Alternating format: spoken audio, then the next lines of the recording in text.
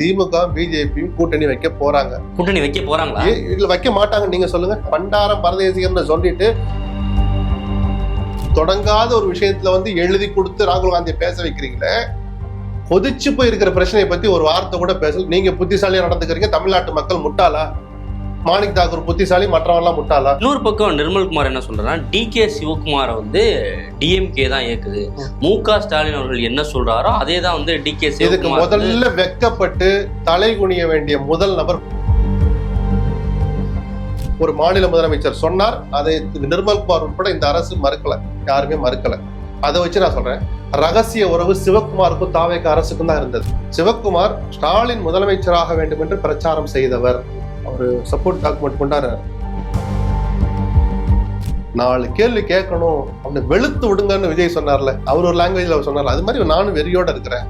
சட்டமன்றத்துல போய் நான் 4 பேரை நாக்கப்படுங்கிற மாதிரி கேட்க போறேங்கிறதும் அதுல உள்ள அடங்கி இருக்கு. சட்டமன்றத்துக்குள்ள வெளுத்து விடுங்கன்னு திமுகவும் அதிமுகவும் சேர்ந்து சீமான் அவர்களை பேக்கப் பண்ணுதா?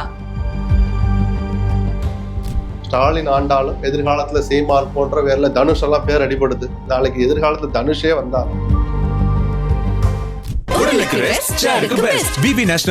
விகடன் நேயர்களுக்கு வணக்கம். இன்றைய சிறப்பு நேர்காணல்ல மூத்த பத்திரிகையாளர் திரு SP லட்சுமணன் சார் தான் மீட் பண்ண போறோம். சார் வணக்கம். வணக்கம். இப்போ காவிரி விவகாரம் பெரிய அளவுல தலை தூக்கி இருக்கு. இதுல தாவேக அரசோட நிலைப்பாடு என்ன அப்படின்றதுலேயே பெரிய டிபேட் எழுந்திருக்கு. அவங்க என்னன்னு சொல்றாங்கன்னா, நாங்கள் நேரடியாக போய் பேச்சுவார்த்தைக்கு முயற்சி பண்றோம் அப்படின்ற ஒரு தகவலை முன் வச்சாங்க. இங்க இருக்கக்கூடிய எதிர்கட்சிகள் அதை எதிர்த்தாங்க அப்படின்ற ஒரு விஷயத்த பார்க்க முடியுது. அனைத்து கட்சி கூட்டத்தையே கூட்டல அப்படின்ற ஒரு விஷயம் இருக்குல்ல, இது எல்லாத்தையும் சேர்த்து நீங்க எப்படி பாக்குறீங்க? கர்நாடகாவில் போய் நாங்கள் பேச்சுவார்த்தை நடத்த போறோம்னு இந்த தமிழ்நாடு அரசின் சார்பாக யாராவது ஒருத்தர் வெளிப்படையா சொல்லியிருக்காங்களா? கர்நாடக முதலமைச்சர் DK சிவகுமார் சொல்லதான் நாம தெரிஞ்சுக்கிறோம். இங்கே கசிய விடப்படுகிற தகவலை வச்சுதான் நம்ம பேசுறோம். இது எவ்வளவு கேவலமானது, எவ்வளவு துரதிருஷ்டவசமானது. ஒரு மாநிலத்தினுடைய ஜீவாதார பிரச்சனை, உயிர்நாடி பிரச்சனை, இத்தனை ஆண்டு கால சட்ட போராட்டம் நடத்தி ஒரு தீர்வு வந்துட்டு தான் நாமெல்லாம் நம்பிக்கிட்டு இருக்க நேரத்துல அந்த நம்பிக்கையை சீர்குலைக்கிற மாதிரி ஒரு மாநிலம் நடத்துக்கிற போது நாம எவ்வளவு ஒற்றுமையா, எவ்வளவு ஸ்ட்ராங்கா நம்ம உணர்வுகளை வெளிப்படுத்த வேண்டிய இந்த நேரத்துல இந்த விஷயத்துல இவ்வளவு மூடு மந்திரம், மர்மம், ரகசியம் தேவையா? கர்நாடகாவோடு நாங்கள் பேச்சு நடத்த போகிறோம், முதலமைச்சர் விஜய் பேச்சு நடத்த போகிறார். சொன்னது யார்? வேளாண் துறை அமைச்சர் வினோத். பல தகவல்கள் ரகசியமா வந்த பிறகு கர்நாடகா தரப்பிலிருந்து விஷயம் அது அதிகாரப்பூர்வமாக சொல்லப்பட்ட பிறகு கும்பகோணத்துல போய் அவர் சொல்றார், ஆமா முதலமைச்சர் பேச போறார் அப்படின்னார். அப்புறம் என்ன நடந்தது தெரியல. 3 நாள் கழிச்சு இல்ல போவாரா இல்லையான்னு எனக்கு தெரியாது, கட்சி தலைமை அறிவிக்கும்னாரு. அதுவே தப்பான வார்த்தை, இருக்கட்டும். அப்போ இப்படி குழப்பமான ஒரு கருத்து தான் வெளிப்படையா வந்துச்சே தவிர ஒரு தெளிவான ஒரு பிரஸ்லிஸ் மக்களுக்கு நீங்க சொல்றது, கட்சிகளை விடுங்க சார், தமிழ்நாட்டு மக்களுக்கு சொல்றேன். விஜய் போய் பேச போறாருன்னா யாரு? நடிகர் விஜயா? தமிழ்நாட்டின் பிரதிநிதியாக, தமிழ்நாட்டின் முகமாக தான் விஜய் போய் பேச போவார். கர்நாடகாவுக்கு இப்போ வராதுன்னு சொல்லிட்டாரு DK சிவகுமார். விஜய் வர வேணாம், விஜய் முகத்துல கறி பூசிட்டாருன்னு பல பேர் சந்தோஷப்படுறாங்க. நான் பரிதாபப்படுறேன். அந்த கறி பூசப்பட்டது விஜய் முகத்தில் மட்டுமல்ல, ஒவ்வொரு தமிழரின் முகத்துல தான். நாமளும் சேர்ந்துதான் அதை ஏத்துக்கணும். ஏன்னா விஜய் போறேன்னு சொன்னது நமக்காக தான். அப்போ அப்படி நாம பொது பார்வை பார்க்கிற போது அந்த தமிழ்நாட்டு மக்களை ஆளுகிற விஜய் குறைஞ்சபட்ச வெளிப்படைத்தன்மையோடு இருக்க வேணாமா? பதவி ஏற்கிற போது நீங்க சொன்ன 3 பிரதான விஷயங்கள்ல முக்கியமான விஷயம் இந்த வெளிப்படைத்தன்மை சுத்தமா இல்லையே. தமிழ்நாட்டுக்கே இது அவமானம் அப்படின்ற ஒரு நிலைப்பாட திமுகவினர் சொல்றாங்க. வர வேணாம்னு சொன்னப்போ நீங்க யாரை கேட்டு போறேன்னு சொன்னீங்களா? என்ன சொல்லி தலைமைச் செயலாளர் எழுதிய கடிதத்தை வெளியிடட்டும். அந்த கண்டென்ட்டை நம்ம தெரிஞ்சுக்கிற உரிமை நமக்கு இருக்கு. ரகசிய ஆவணம் அல்ல, RTIல எல்லாருக்கும் வெளியே வரப்போற ஆவணம். அது என்ன, அதுல தலைமைச் செயலர் எப்படி ஆரம்பிச்சிருக்கிறான்னு தெரிஞ்சுக்கிற உரிமை தமிழ்நாட்டு மக்களுக்கு இல்லையா? நீங்க அடுத்த படம் என்ன, அதுக்கு எவ்வளவு அட்வான்ஸ், என்ன கதை அப்படி எழுதுற கடிதமா? இல்லையே. இந்த அரசின் சார்பா, தமிழ்நாட்டின் சார்பா நீங்க போய் பேச போற பேச்சுவார்த்தைக்கான ஒரு தொடக்க புள்ளி இல்ல.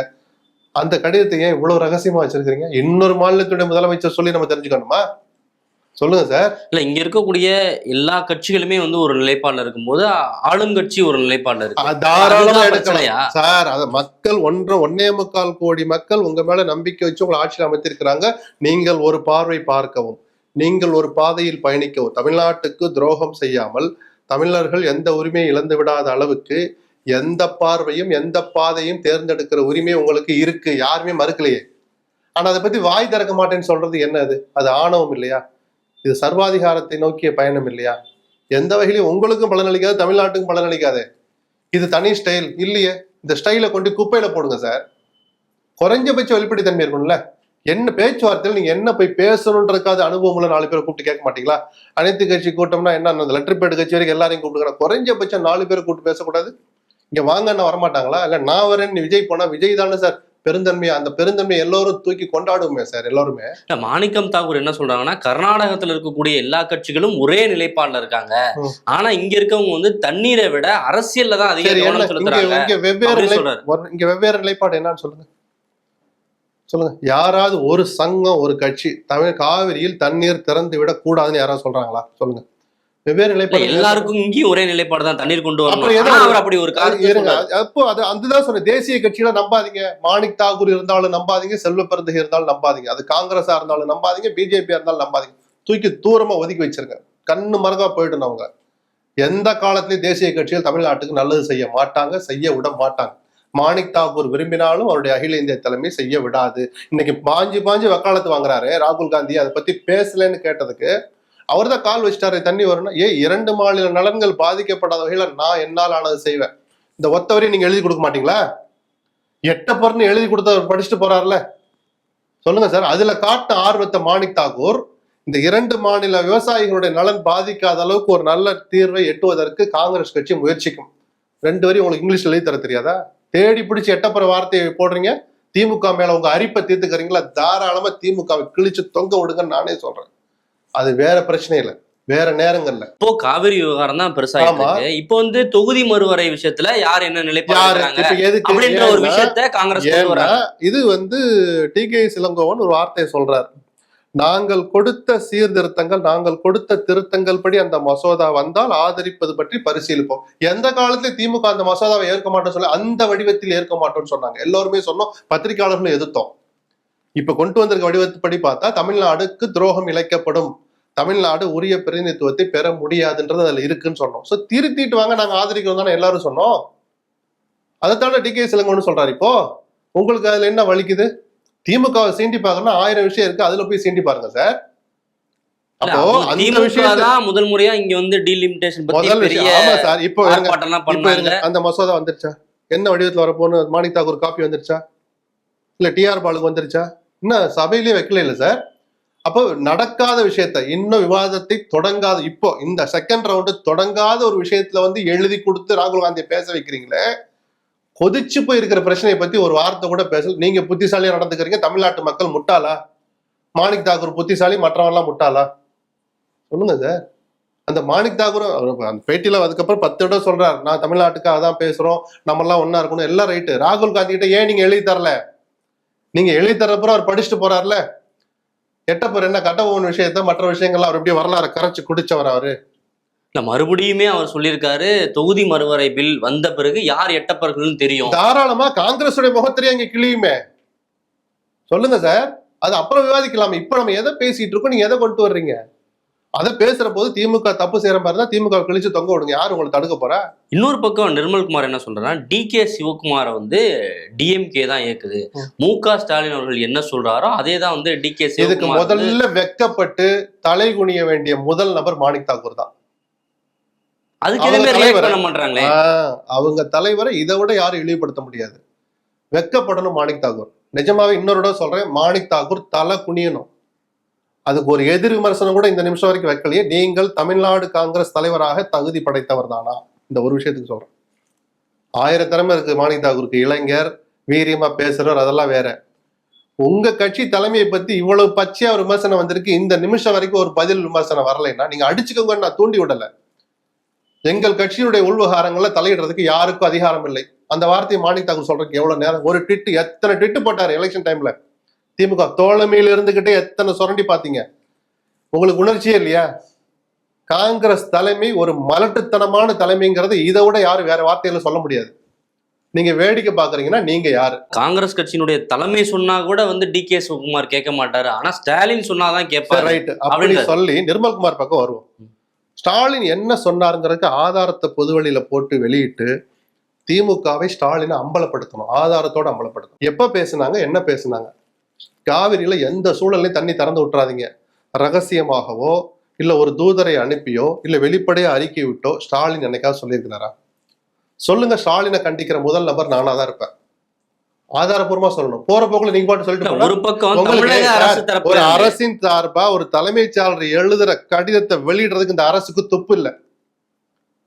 அது ரகசிய ஆவணம் இல்ல. இல்ல கடந்த சில நாட்களுக்கு முன்னாடி இந்த சந்திப்பு எதன் அடிப்படையில் நடக்குது, யார் கூப்பிட்டா, யார் வந்து ப்ரொபோசல் முதல்ல கொடுத்தா அப்படின்ற ஒரு கேள்வி இருந்துச்சு. டிகே சிவகுமார் அவர்கள் சொன்னதுக்கு பிறகுதான் தமிழ்நாட்டு அரசுலேருந்து தான் வந்து முதல்ல அந்த மாதிரி இதெல்லாம் கோரிக்கை அவர் சொல்லி வைக்கப்பட்டுச்சு இது அப்படின்னு அவர் சொல்றாரு. இது இது இது நல்ல சூழலா? இது ஆரோக்கியமான சூழலா? இன்னொரு மாநில முதலமைச்சர் சொல்லிதான் இங்க என்ன நடந்துச்சு நம்ம தெரிஞ்சுக்கணுமா? நிர்மல்குமார் முதல்ல எதுக்கு பதில் சொல்லணும்ல? ஆதவ அர்ஜுனா எங்க போனார்? துறை அமைச்சர் புசி ஆனந்த் எங்க போனார்? நீங்க எல்லாம் பத்திரிகையாளர்களை பார்த்து பேச வேண்டாம். பல கேள்வி, குறுக்கு கேள்வி வரும். ஒரு அறிக்கை அமைச்சர்களே விடுங்க சார். தமிழ்நாடு அரசின் செய்தி குறிப்பு இது வரைக்கும் வந்திருக்கா? வாய் திறந்து சொல்லுங்க. வரல சொல்லுங்க சார். வரல. இது வெக்கப்படுற சூழலா இல்லையா? நமக்கு துடிக்குமா துடிக்காதா? அப்ப என்ன அரசாங்கம் நடத்துறீங்கன்னு கேள்வி வருமா வராதா? வெளிப்படைத்தன்மையோடு என் அரசு இயங்கும் அப்படின்னு சொன்னதுக்கு நேர் மாறு இல்லையா? அது குறைஞ்சபட்ச வெளிப்படுத்த வேண்டிய விஷயத்துல கூட நீங்க வாயை திறக்கலைன்னா என்ன சார் அக்கிரமமா இருக்கு? இந்த நம்பிக்கையா மக்கள் உங்க மேல வச்சாங்க? எதுலையுமே நான் பேச மாட்டேங்கிறது என்ன சார் அழிச்சாட்டி? என்ன சார் அக்கிரமம்? இது ஆணவம். நான் திருப்பி சொல்றேன், சர்வாதிகாரத்தை நோக்கி பயணிக்கிறாங்க. இது விஜய்க்கும் நல்லதில்ல, தமிழ்நாட்டுக்கும் நல்லது. தாவேக்கா என்ன சொல்றாங்கன்னா, அங்க இருக்கக்கூடிய டிகே சிவகுமாரும் இவங்களும் வந்து அன்கோ போட்டு ஒரு வேலையை செய்யறாங்கன்னு சொல்றாங்க. திமுக என்ன சொல்றாங்கன்னா, RSS ஓட நான் என்ன சொல்றேன், இதெல்லாம் தள்ளி வைங்க சார். நடந்த விஷயங்களை வச்சு ஆதாரப்பூர்வமா ஆவணப்பூர்வமா இருக்கிறத வச்சு கேள்விப்பட்டது சொல்றேன். ஆவணங்கள் இருக்குங்கிறது தலைமைச் செயலர் கடிதம் எழுதியிருக்காருன்னு ஒரு மாநில முதலமைச்சர் சொன்னார். அதை நிர்மல்குமார் உட்பட இந்த அரசு மறுக்கல, யாருமே மறுக்கல. அதை வச்சு நான் சொல்றேன், ரகசிய உறவு சிவகுமாருக்கும் தாவேக்கா அரசுக்கும் தான் இருந்தது, இருக்கு, இந்த நிமிஷம் வரைக்கும் இருக்கு. ஏன்னா நீங்க வெளியில சொல்ல மாட்டீங்களே. ரகசிய உறவு யாருக்கு இருக்கு? நீங்க ஒரு பத்திரிகையாளரா சொல்லுங்க எனக்கு. ரகசிய உறவு யார் யாருக்கு இடையில இருந்துச்சு? தமிழ்நாடு அரசுக்கும் கர்நாடக அரசுக்கும் இருந்துச்சு. தமிழ்நாட்டு உரிமைகளை அடகு வைக்கிறதுக்காக விஜய் நான் வரேன்னு சொல்லல. தமிழ்நாட்டுல காவிரிக்கு தண்ணீர் கொடுக்காதீங்கன்னு சொல்றதுக்காக விஜய் நான் போறேன்னு சொல்லல. அவர் பேச்சுவார்த்தை நடத்த போன நோக்கமும் அது வரல. விஜய் மேல நமக்கு நம்பிக்கை இருக்கு, தமிழ்நாட்டுக்கு நல்லது செய்யறதுக்கு தான் அவர் போறேன்னு சொன்னார். அதையே இவ்வளவு ரகசியமா வச்சிருக்கீங்க? வாயை திறந்து பேச மாட்டேன்னு அப்படி அதிகாரத்தை உங்களுக்கு கொடுக்கல மக்கள். முதல்ல அதை விஜய் புரிஞ்சுக்கணும். விஜய்க்கு ஆலோசனை சொல்ற பிரகஸ்பதிகள் முதல்ல இதை புரிஞ்சுக்கணும். இப்படி ரகசியம் காப்பதற்கும் மர்மங்களை குவிப்பதற்கும் ரகசியமாக மூடு மந்திரமாக இயங்குவதற்கு மக்கள் உங்களுக்கு ஆதரவு தெரிவிக்கலை. ரகசிய காப்பு பிரமாணங்கிறது வேற விஷயங்களுக்கு, ஃபைல்ல இருக்க விஷயங்களுக்கு தான், நிர்வாக விஷயங்களுக்கு அல்ல. மக்களுக்கு சொல்ல வேண்டிய விஷயங்களை மறைக்கணுன்றதுக்கெல்லாம் ரகசிய காப்பு பிரமாணம் நீங்க எடுக்கல. டிகே சிவகுமாருக்கும் தாவேக்கா அரசுக்கும் தான் ரகசிய உறவு இருக்கு அப்படின்னா நம்ம இதை நான் சொல்லலையே, சிவகுமாரே சொல்றாரு. ஏன்னா தலைமைச் செயலர் கடிதம் எழுதினார் சொன்னார். இந்த நிமிஷம் வரைக்கும் தமிழ்நாடு அரசை பத்தி வாயே தர இரண்டு அரசும் பேச்சுவார்த்தை நடத்துறதுன்னு சொல்லி ஒரு முடிவாயிருக்கு. அதன் அடிப்படையில இந்த கருத்தை சொல்றீங்க. இதையெல்லாம் யாரு நம்மளா அப்படி யூகம் பண்ணிக்கணும்? இல்ல அது அவங்க சொல்ற அடிப்படையில நீங்க சொல்றீங்கன்னு கூட வச்சுக்கலாம். கடைசி நேரத்துல அவர் வந்து வர வேணாம் அப்படின்னு ஒரு ஸ்டாண்ட் எடுக்கிறாரு. யார் வைக்க அந்த ஸ்டேட்மெண்ட்டை வச்சு நிர்மல்குமார் அவர்கள் இப்படி சொல்றாரா? என்னன்னு மு.க. ஸ்டாலின் அவர்கள் சொல்லிதான் அவர் இப்படி செயல்படுறாரு. ஏன் நீங்க மு.க. ஸ்டாலினை கேட்டுக்கிட்டு தான் தலைமைச் செயலர் லெட்டர் எழுதினாரா?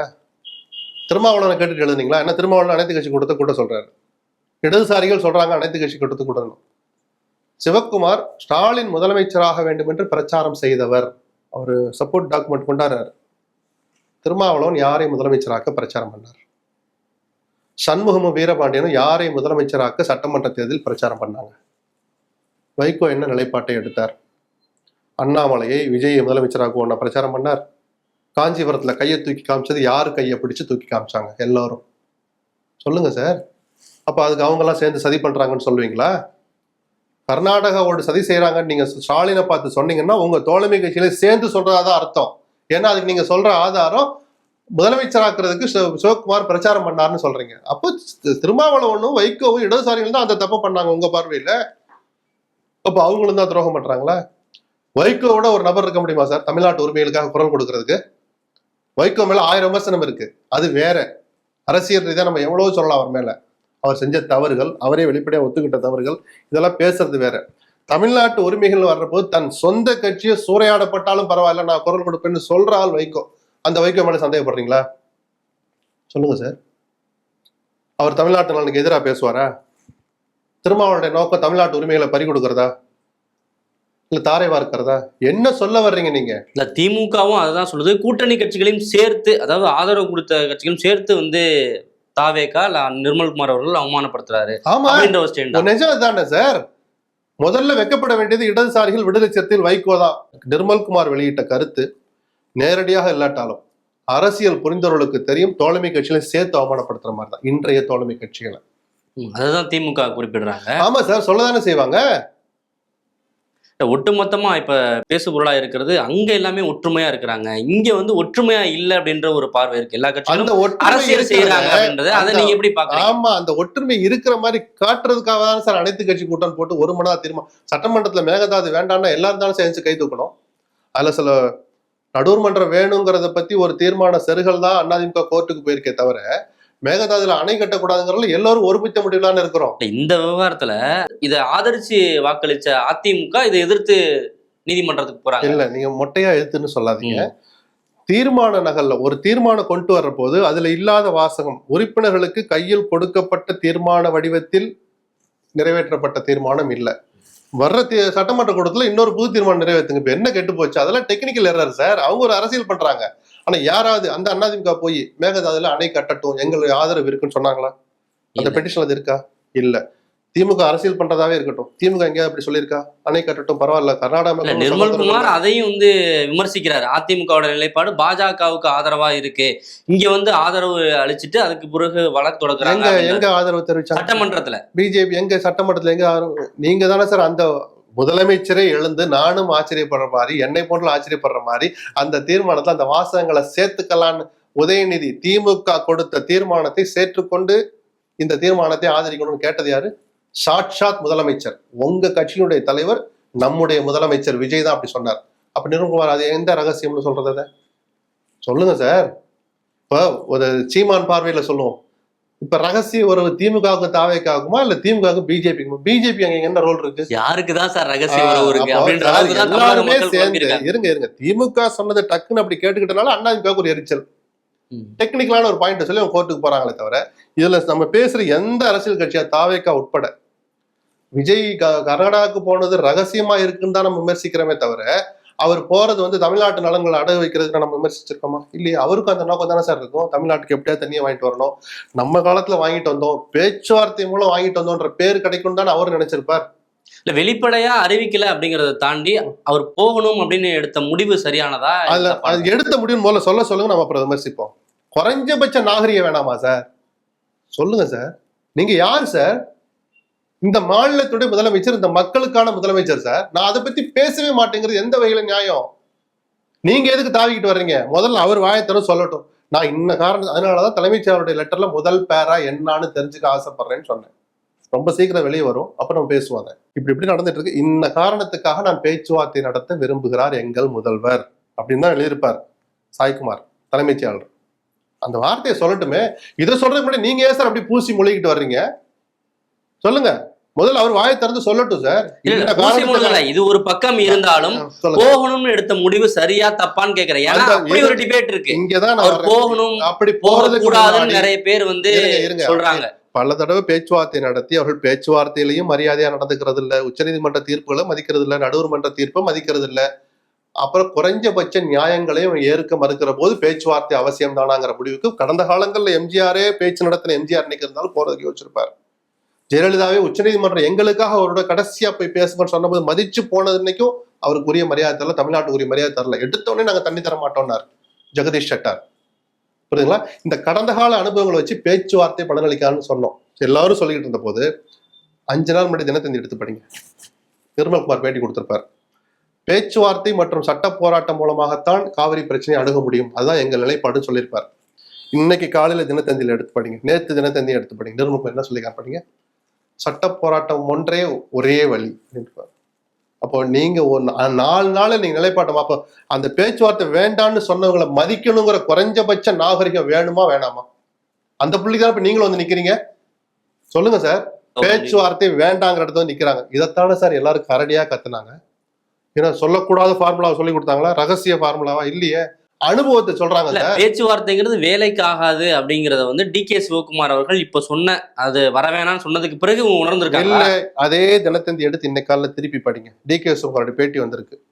சூழல் சரியான பிறகு எப்போது அழைத்து பேசுவது என்பதை நாங்கள் தீர்மானிப்போங்கிறார். பேச்சுவார்த்தை அவர் என்ன முடிவுக்கு கொண்டு வரல.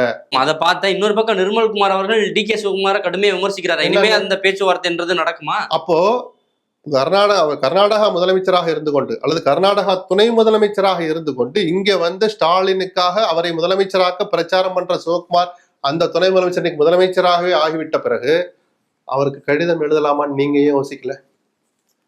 அன்னைக்கும் அதே சிவகுமார் தான் இருந்தார். ஸ்டாலினை முதலமைச்சர் ஆக்குவோம்னு சொன்ன சிவகுமார் தானே 10 நாள் முன்னாடி நீங்க கடிதம் எழுதுற போதும் முதலமைச்சரா இருந்தார்.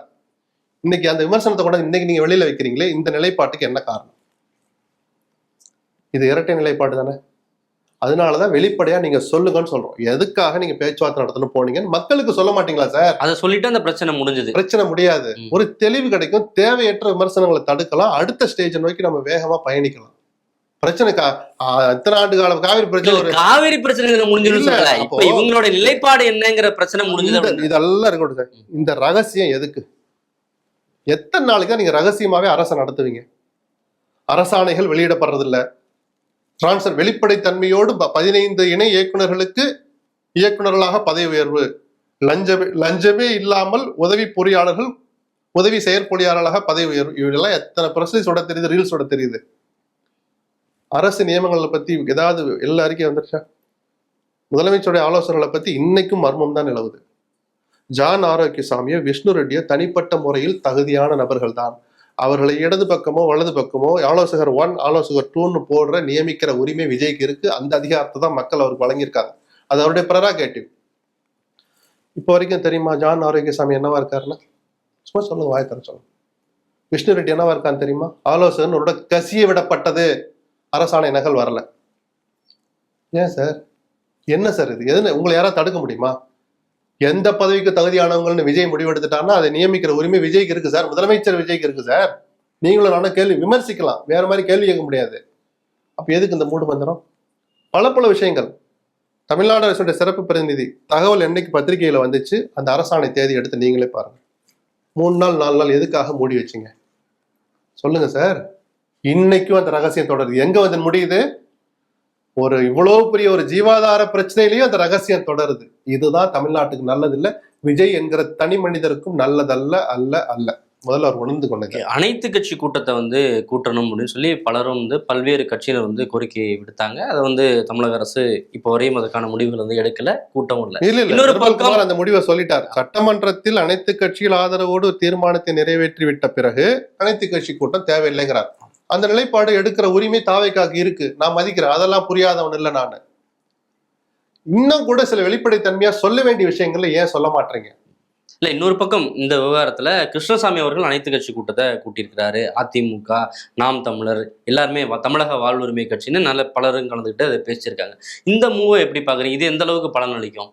இல்ல சார், பெருசா பலன் அளிக்கும். அவருடைய டாக்டர் கிருஷ்ணசாமியுடைய உணர்வுகளை நம்ம மதிக்கலாமே தவிர இதனால என்ன பிரயோஜனம் வந்துடும் நினைக்கிறீங்க? கூட்ட வேண்டிய கடமை யாருக்கு இருக்கு? யாருக்கிட்ட அதிகாரம் இருக்கு? யார் கூட்டினா தேசிய அளவுல எதிரொலிக்கும்? குறைஞ்சபட்ச கர்நாடகாவுக்கு ஒரு மெசேஜை சொல்லும். கிருஷ்ணசாமி நான் குறைச்சு மதிப்பிடல, யதார்த்தத்தை பேசுறேன் நான். அரசே கூட்டுகிற அனைத்து, இப்ப திமுகவே கூட்டட்டுமே, அது கெசட்ல அந்த மாதிரி சார் நான் சொல்லுவேனா? அதே மரியாதை தான் அதுக்கும். அரசு கூட்டம் கூட்டலையா, குறைஞ்சபட்சம் 4 பேர்ட்ட அட்வைஸ் கேளுங்கன்னு சொல்றோம். அட்வைஸ் கூட பெரிய வார்த்தையா நீங்க நினைக்கலாம். கருத்தை கேளுங்க, துரைமுருகனை கூப்பிடுங்க, நீங்களே துரைமுருகன் வீட்டுக்கு போங்க. குறுக்கு சந்தையில இல்ல, மெயின் ரோட்லயே கார் நிறுத்தினா டக்குன்னு உள்ள போயிடலாம். ரொம்ப கஷ்டப்பட வேண்டியல, காரணம் ஆயிடலாம். போலாம்ல. உடம்பு சரியில்லை, எப்படி சார் இருக்கீங்க, நல்லா இருக்கீங்களா? எவ்வளவு பெருந்தன்மையா இருக்கும், எவ்வளவு மேம்பட்ட அரசியல் அது இருக்கும், எவ்வளவு அவசியமான சந்திப்பா அது இருக்கும். சொல்லுங்க சார். எதையுமே நான் பண்ண மாட்டேன், எதை பத்தி நான் பேச மாட்டேன், அவர் அப்படிதான் இருப்பார் இப்படின்னு சொல்றதுதான் தமிழ்நாட்டுக்கு செய்கிற துரோகம்னு நான் சொல்லுவேன். ஒரு பக்கம் ஸ்டாலின் அவர்கள் எல்லாரையும் போய் சந்திச்ச முதலமைச்சர் இன்னைக்கு அனைத்து கட்சி கூட்டத்தை கூட்டுறதுக்கு தயங்குறாரு. என்ன காரணமா இருக்கும்? தப்பா வழி நடத்துறாங்க, தப்பான அட்வைஸ் கொடுக்குறாங்க. விஜய் அதை ரசிக்கிறார். அவரு கூச்ச சுபாவம் உள்ளவர் தான். அனைத்து கட்சி கூட்டத்தில் நம்ம பேசினா என்ன ஆகும் அதை பத்தி எல்லாம் கவலையே பட, நீங்க மௌனமா கூட உட்காந்துருங்க. எழுதி கொடுத்த ஸ்கிரிப்டை கூட எழுதி கொடுத்ததை படிக்கிறது கேவலம் அல்ல, அது ஜனநாயக விரோதமும் அல்ல, சட்டத்துக்கு விரோதமானதும் இல்லை. அனைத்து கட்சி கூட்டத்தில் நீங்க படிக்கிறது கூட படிங்க, மற்றவங்க சொல்றதை கேளுங்கன்னு தான் நம்ம சொல்றோம். அனைத்து கட்சி கூட்டம் கூட பெருசா அவ்வளவு கூச்சப்படுறீங்களா? ரைட், 4 பேரை கூப்பிடுங்க. எடப்பாடி, ஸ்டாலின், ஓபிஎஸ், துரைமுருகன், முடிஞ்சு போச்சா? அந்த துறை அமைச்சர்களா இருந்தவங்க, முதலமைச்சர்களா இருந்தவங்க. என்ன சார் நீங்க அப்படி என்ன சார் நீங்க காமராஜரோட, எம்ஜிஆரோட, கலைஞரோட, ஜெயலலிதாவோட பெரிய ஆளா? இல்ல இல்ல இல்ல. இந்த யதார்த்தத்துக்கு முதல்ல விஜய் வரணும்.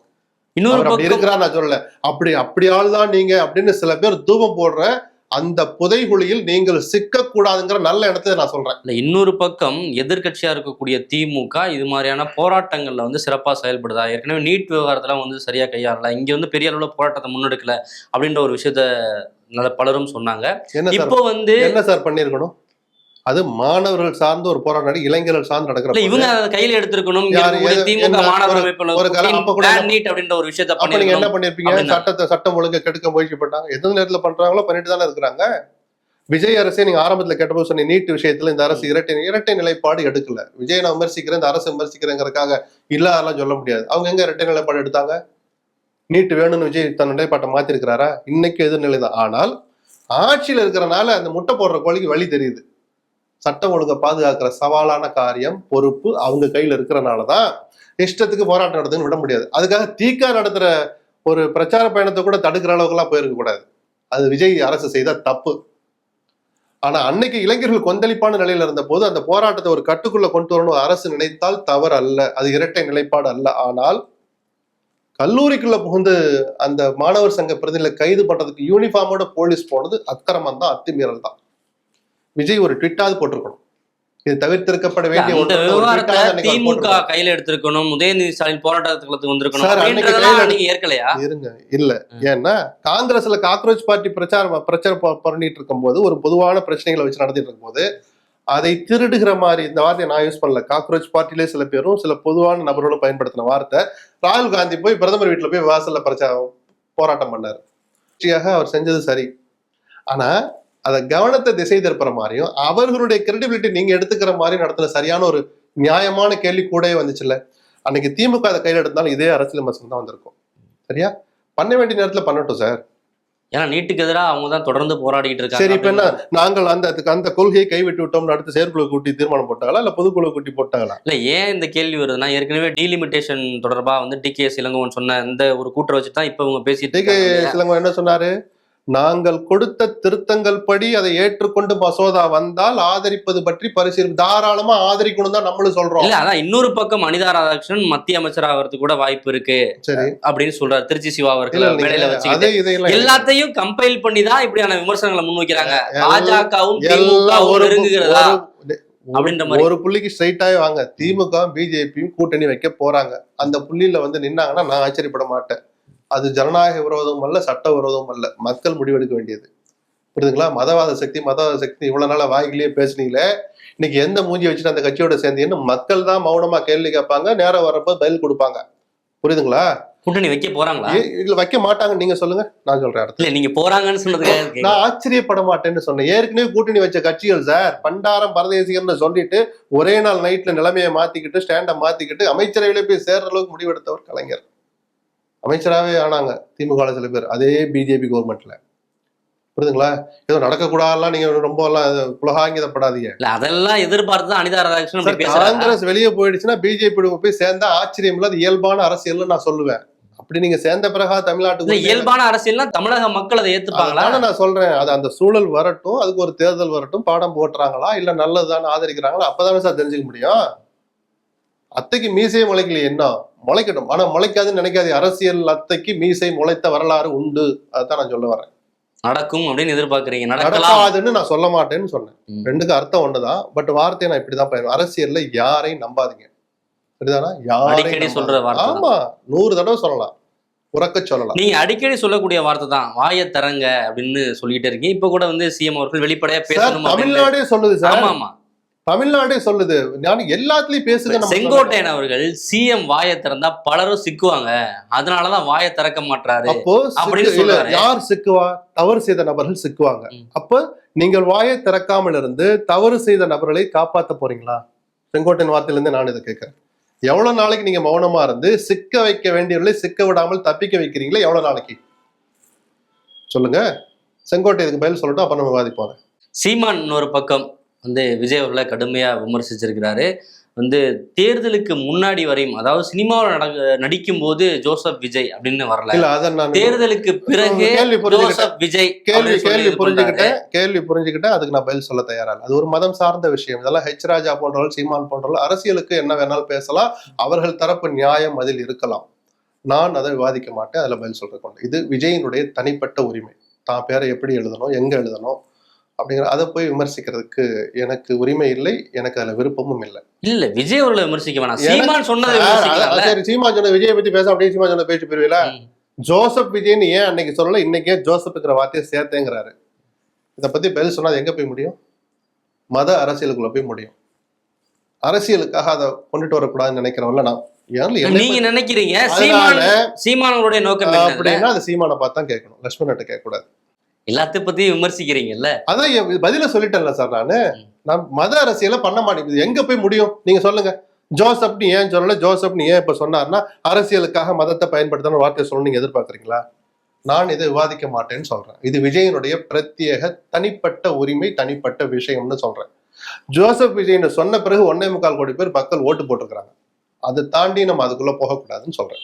விமர்சிக்கிற உரிமை சீமானுக்கு இருக்கு, பதில் சொல்ல வேண்டிய கடமை தாவேக்காக்கு இருக்கு. அதுவும் வெளிப்படையா போட்டு மதம் சரிதானா, அரசியல்ல கலக்கிற சரிதானா, விஜய் கிறிஸ்டியன்னே சொல்லிட்டு வர்றாருன்னு ஒரு விவாதம் வந்தால் அந்த விவாதத்தை விட்டு நான் ஓடி போக மாட்டேன். நான் இப்ப போய் அதை அப்படியான ஒரு சூழல் வரும்போது அதை பேசலாங்கிற நான். இப்ப சீமான் பேசுற போது, ராஜா பேசுற போது பதில விஜய் சொல்லட்டுமே.